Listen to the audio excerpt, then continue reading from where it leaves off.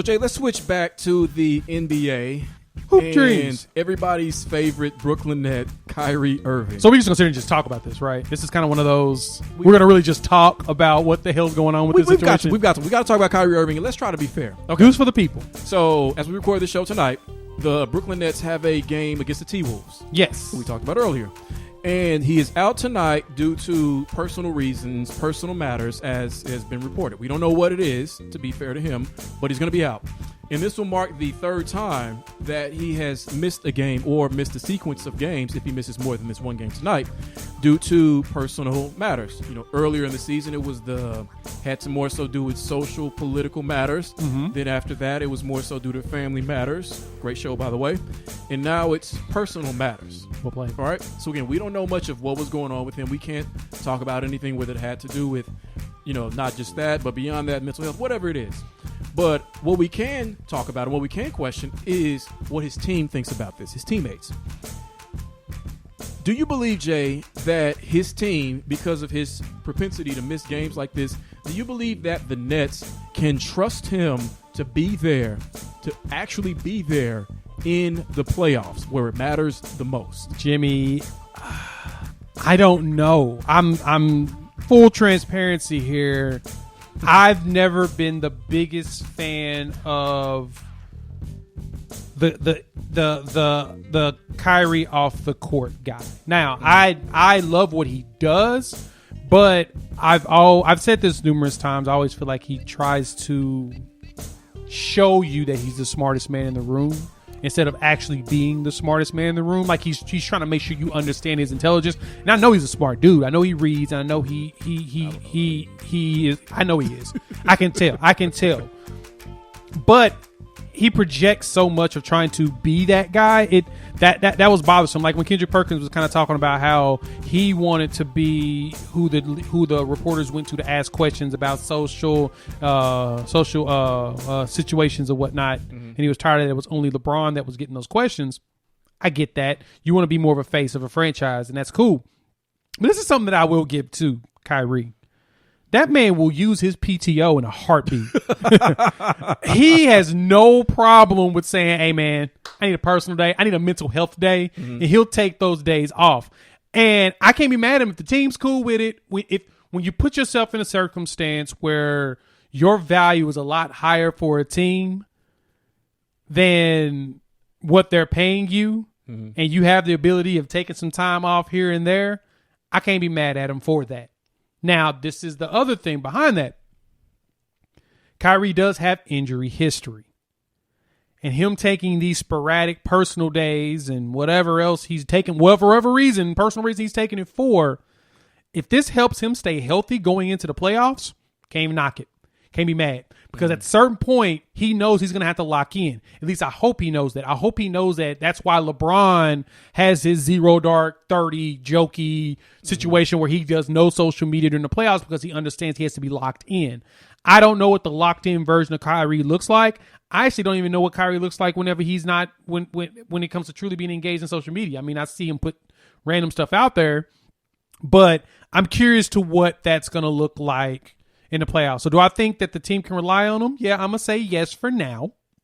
I haven't had a reason in the playoffs outside of his injury history to say anything else, but I think so. You don't think the team, because based upon your facial expressions, I don't believe that you think the team can rely on him. No, because it's part of the reason why you can't rely on anyone who's unpredictable, no matter who they are, whether it's a family member, coworker, whoever it is. If they're unpredictable, if you don't have some general idea of what to expect from them from day to day, week to week, or in this case, game to game, you can't trust that person. Yeah, so that's a good point. If the Brooklyn Nets are smart, if Steve Nash is smart, what they're already doing, because this was part of the plan in getting James Harden, is having someone who can be there when he's not there, someone we can depend on.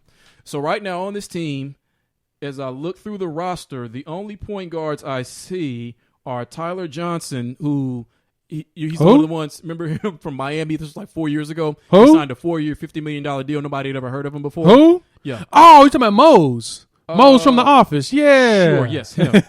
So him or, Spencer Dinwiddie's still been out with the knee. Or maybe you train Joe Harris to dribble a basketball and make good passes instead of just shoot the 3-ball.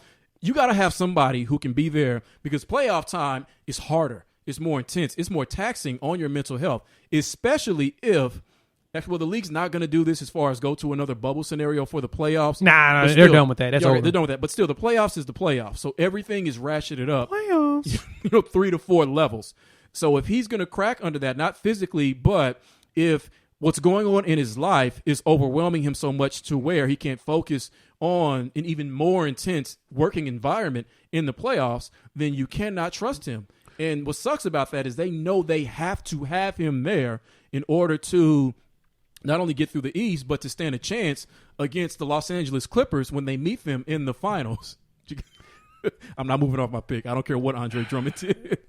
Okay, so let me. But you get my point, though. I get your point, and I'm actually more concerned. This dude here, I'm more concerned about his mental state on the court than I am off the court. Why is that? You saw how he got ejected, right? Well, tell me about that. So him and Dennis Schroeder got into it. It was kind of like, well, Kyrie was on him, hounding him on defense, and he finally got, and they called a foul on Kyrie. And Schroeder was like, dang, he said something. He looked at the ref, you need to start calling something. And so they're walking back, and I guess Kyrie mouthed something, and he looked at him, and he's like, yo, what's good? My N-word, something that, black players typically embrace each other with. Right. Kyrie lost it. He lost his ever-loving mind. Don't call me that. Don't use that word at me. Blah, blah, blah. I ain't that. Blah, blah, blah, blah. He's going back and forth. And Schroeder's sitting there just like, dude, what you tripping? What's wrong, man? Calm down. You know what I'm saying? It's kind of one of those you good, bro, type scenarios. Right. And then he puts out a tweet talking about it. Did you see the tweet that Kyrie Irving put out? Yeah, thank you for the education. Yes, I did.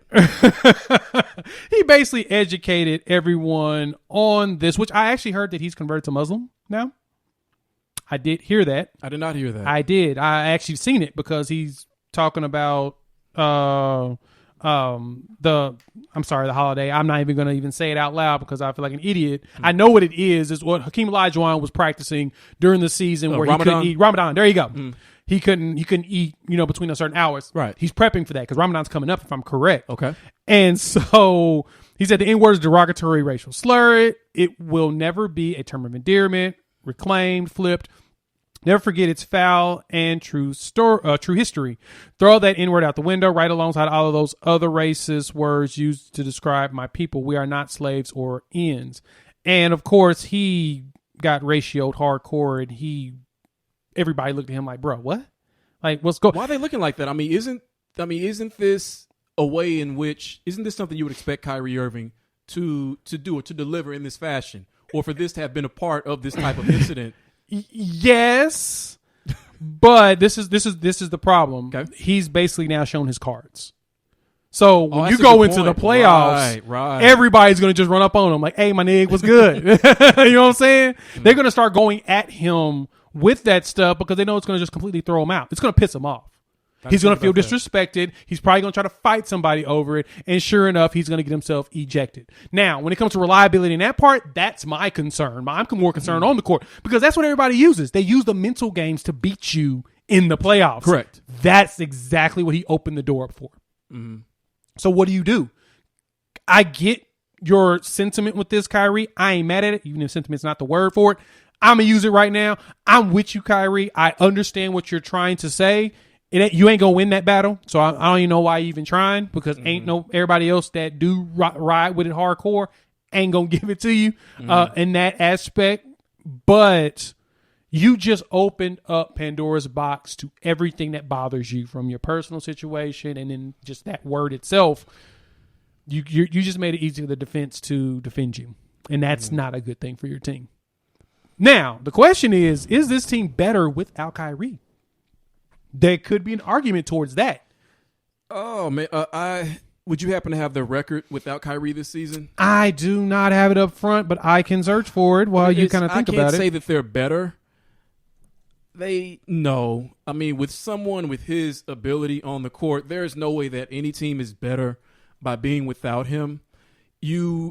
Without him, you may know what to expect from everyone else who's left around you.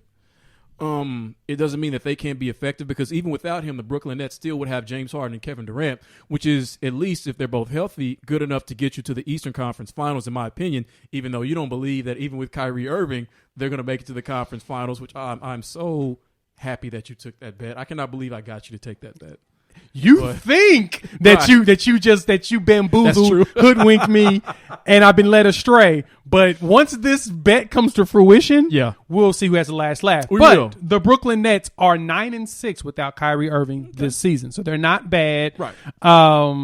They're shooting decent percentages. 38% from three, 47% from the field, 24-14 assist turnover ratio. Points per game, 114. This is all without him? This is all without him. So they're still pretty good enough without him. But thank you, statmuse.com, for providing that statistic. That's the one thing you got to remember, that this team is not that bad without him. They can't trust him. They cannot trust him. There's nothing that he's done this season that would help them to trust him.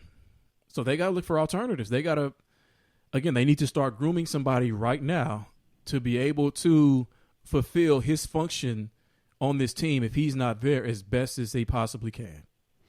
Yeah, and so the Nets are they're 9-10 without James Harden. Right. There's your guy. That if you want me to know something more impactful, their percentages drop a little bit.